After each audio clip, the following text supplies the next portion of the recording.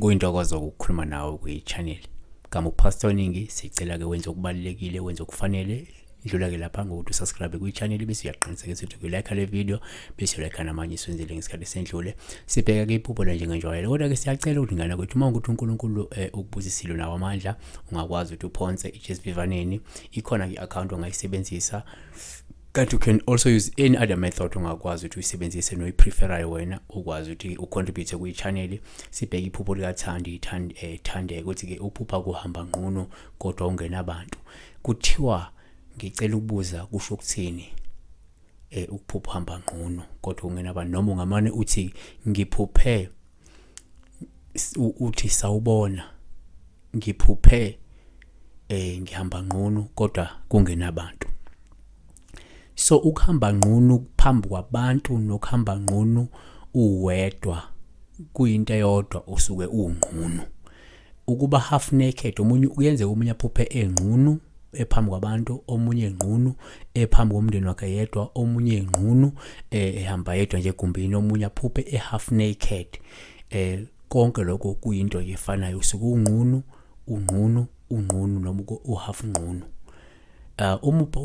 Half naked esikhathini kungasho ukuthi konke kumayelana nokuvela kwemfihlo, okungenzeka kuzovela imfihlo ezithile. If you half naked, you should certain part of your secret may be exposed, not whole of your problems or whole of your secrets. Perhaps some of your problems azovela noma some of your secrets azovela, but it's about ukuvela kwezinto ezithile. So asibe kanjena, sithi number 1 umuphupha ungqunuke.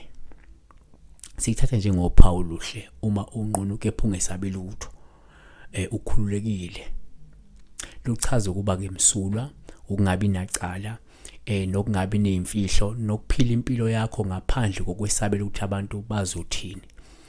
UGenesis 2 verse 25 ithi ke, and the man and his wife were both naked and were not ashamed.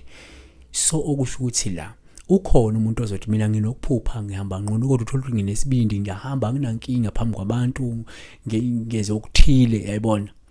Ngoba masiphupha siphupha ngendlela ehlukene, yayibona. Number 2, omunye umuphupha futhi ungqunu sikuthatha njengophawu lobu. Uma ungqunu ngokuvamile kusho ukuthi usuke uzobhekana nesikhathi esibi sokuphoxeka, so ungabe ukuvela kobuthakathaka bakho, ukuphuma kwezimfihlo nokuthelwa yihlazo. Isaiah 47 verse 3 ithi, your nakedness will be uncovered, your shame also will be exposed. I will take vengeance, I will not spare a man. Number 3, sikuveze futhi ukuthi umuphupha ungqunu sikuthatha njengophawu lobumo ungqunu. Lungabuye luchaze ukuthi kumele uqaphele futhi ukukhuleke noma kuphinde uphenduke, ulahle izono, uphinde uhlukane nemikhuba emibi, ngoba kungenjalo izovela obala leyo mkhuba. Lamentation 1 verse 8, Jerusalem sinned greatly, therefore she has become an unclean thing. All who honored her despise her, because they have seen her nakedness. Even she herself groans and turns away. Kanti ukuthi la into esukisho ukuthi mhlawumbe kungenzeka kunalezi zinto ofuna uhlukane nazo, kanti awazizolidela ekuthela ube njani, siqinishe zivele lezo zinto. Number 4, futhi umuphupha ungqunu ke kube uphawu luphi. Ngokwesintu ke lungaphinde lukhombe la ukuthi ke ungenzeka usucunule ithongo futhi selikuflathele.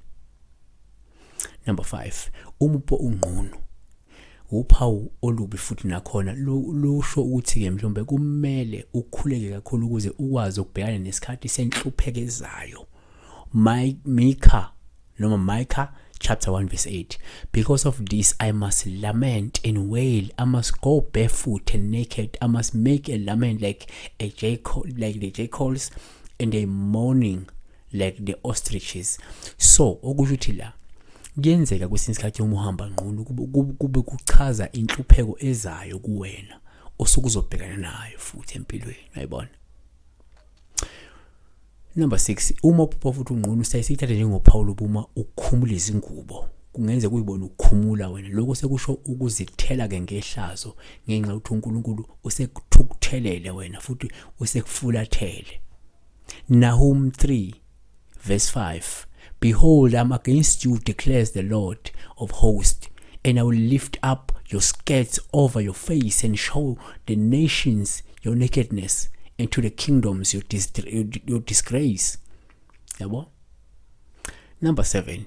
Kuyenzeka futhi uma uphupha unqunu sikuthathe njengophawu lobuma ukukhumula omunye umuntu ngoba lusho ukuthi uzokwembula izimfihlo zakhe lowa muntu loya futhi uzomhlaza uphinde umenze inhlekisa. Habakuk 2 verse 15. Woe to you who make your neighbors drink, who mix in your venom even to make them drunk, so as to look on their nakedness. Number 8. Uma uphupha futhi ngobunqunu singathatha njengophawu luhluma ugqoke izingubo. Uyiphuphe ugqoka lusho ke isinyathelo sakho sokufihla amahlazo. Uyabona? Kanti kungaphinde kuveze ukuthi uNkulunkulu uyakuvikela. Ezekiel 16 verse 8. Then I passed by you, I saw you, and behold, you were at the time for love. So I spread my skirt over you and covered your nakedness. I also saw to you, entered into a covenant with you, so that you became mine, declares the Lord. Yabona? So kunjalo ngenza ukuthi ukuphupha unqunu komunye kusho lehlazo, komunye kusho ukuflathelwa uNkulunkulu, komunye kusho ukuflathelwa yithongo, komunye kusho nje ubuthakathaka obusuke buzovela njalo njalo. Siyabonga ngenza ukuthi besilibheka iphupho ngenze kube half naked, ngenze kube naked phambi kwabantu, ngenze kube naked but it naked ngenza ukuthi akungabi khona ukuthi mina phuphe ngi-half naked kuyafanana ngani. Kusho ukuthi some of your problems, some of your secrets, some of your weaknesses will be exposed, will be revealed. Yabona?